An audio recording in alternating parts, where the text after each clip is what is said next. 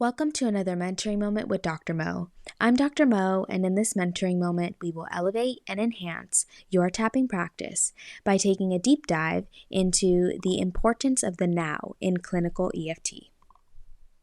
Before we get to our main topic, let's first discuss the different time frames that you often use and see in clinical EFT.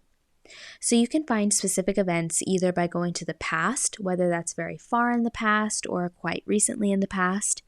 You can also find specific events in the present moment, or of course, you can look to the future for a specific event.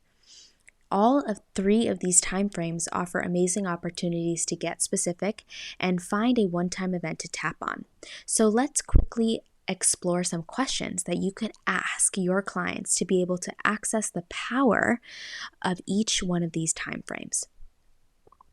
So when working with past events or when trying to find a past event, you can ask, what is an example of this in your life? Tell me about one time that this happened. How did this show up for you in the past?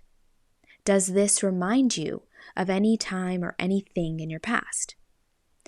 Now, if your client cannot remember a specific event from the past, but has some sort of idea of what could have happened, you can simply play the make it up game. So you can have your client make something up by asking, well, what could have happened? Just make something up for me.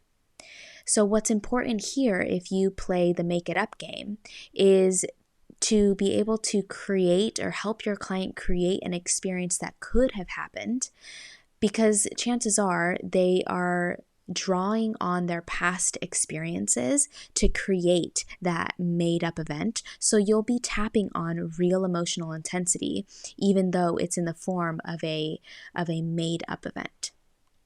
Okay, so now moving on to the present. Now this time frame represents anything your client is currently showing up with in the moment as you are tapping with them, meaning that their issue is currently happening in real time.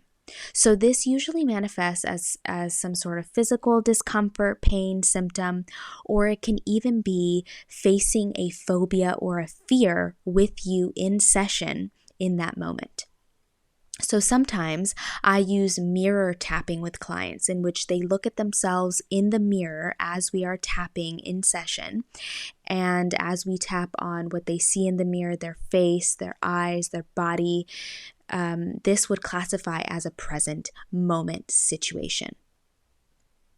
But what is really important to note, that any present emotional distress that your client feels could come from a past event that is influencing a client's current emotional reality, or it could even come from a client projecting themselves into the future, and that is creating the emotional distress that they feel in the present moment.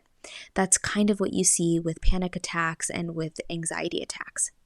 So this is why finding past events is also very useful. So now let's move on to future events. And the goal with future events is to create a specific time in the future, down to the day, the month, the hour, etc., as specific as you can. You can ask, when is the next likely time that this could happen? Or when will you likely experience this again? Or when might this happen again? But regardless of what time frame or tense that you are working with your client, the important thing to remember is that no matter what, you are always tracking how your client is feeling or relating to something right now in this moment when they think about it. So this concept is very obvious when you are working with a present situation event, as that is literally happening in the moment in real time. But this concept can be applied to past and future events as well. So in this video, I'm going to place more emphasis on working with the past, since this is the bread and butter of tapping, but know that this concept of tracking what is happening in the present moment is applicable for future events too.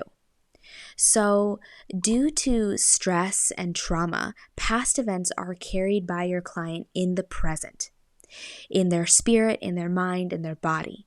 Therefore, the most important question that you can ask your client is, how do you feel about that? How do you feel about that XYZ, that thing? that issue, that aspect, when you think about it right now. So similarly, you can also ask, what is happening in your emotional or physical body when you think about that thing right now? So let's integrate this into an example. So let's say that your client is recounting that one specific time in middle school when the bully stole their sack lunch. This counts as a specific event. So clients usually say things like, I remember feeling so embarrassed back then when he stole my lunch. It was just so embarrassing. But do you notice how your client's language is showing that they're remembering how they felt back then, but not right now in this moment when they think about it? So instead of tapping on, even though I remember feeling embarrassed, or even though it was so embarrassing, ask your client if they still feel that embarrassment right now when they think about it, or if they feel something else. So a great question to ask is, when you think about how that bully stole your lunch, how do you feel about it right now? Do you still feel embarrassed, or do you feel something else? So just because your client felt something in the past does not mean that they still have that same flavor of emotion in the present. Emotions can morph and change over time, but all you can track is what's currently happening in your client's emotional and physical body right now. And that's why it's really important to inquire about how your client feels about something right now. So this, of course, rings true for anything in the future. How would they feel about XYZ happening in the future? How do they feel about that right now when they think about something potentially happening in the future? But I find that it's much more potent and powerful when used for past events. And of course, that's kind of the bread and butter of EFT. So you'll be using past events a lot more potentially than future events. So I do hope that you have enjoyed this mentoring moment. I'm Dr. Mo, and we will talk and tap soon.